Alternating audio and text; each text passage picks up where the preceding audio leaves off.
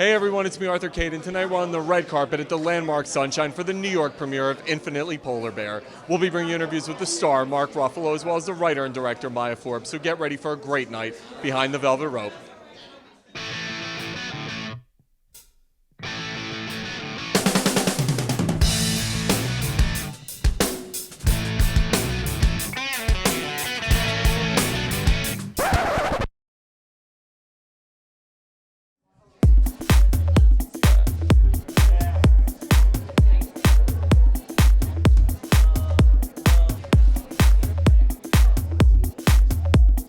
Hey everyone, it's me, Arthur Kade, Mark Ruffalo, long time no see. I know, man. it's been ages.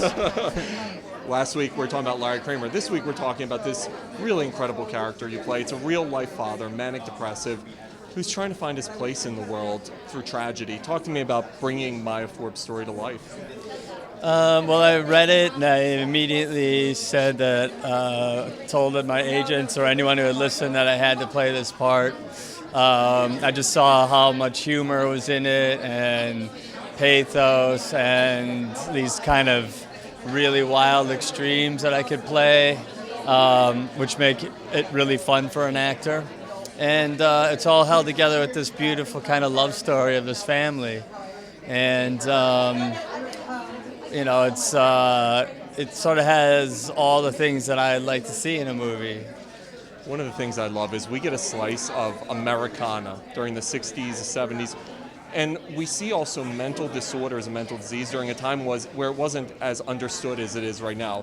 When you're playing a guy who's dealing with bipolar, talk to me about creating those layers around that guy, because back then no one really understood what was going on.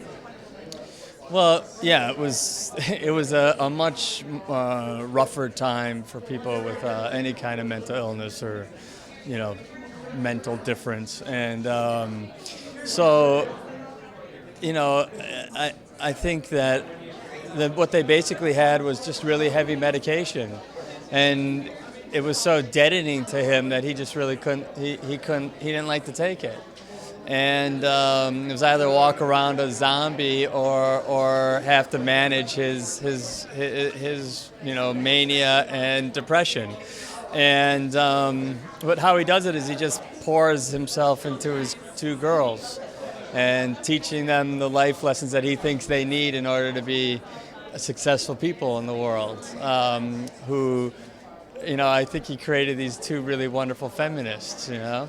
And you could see I mean, it's a true story, so you see the outcome is Maya Forbes and China Forbes, these two incredible women who've like gone on to have these incredible careers, and they were raised by this guy who was struggling with, you know, bipolar, but was still living his life and still, you know, raising two totally valid and vital women. Hey, Maya Forbes, congratulations on this wonderful film. You grew up in this. This is your life. Yes, it is. It's my life. It's my life condensed, squeezed down, and, you know, getting to the essentials. Yeah, I got rid of all the other stuff. It's fascinating because you got one of the best actors in the business today. Mark is playing your father, a manic depressive father who is figuring himself out in the world. Talk to me about putting your life story to film.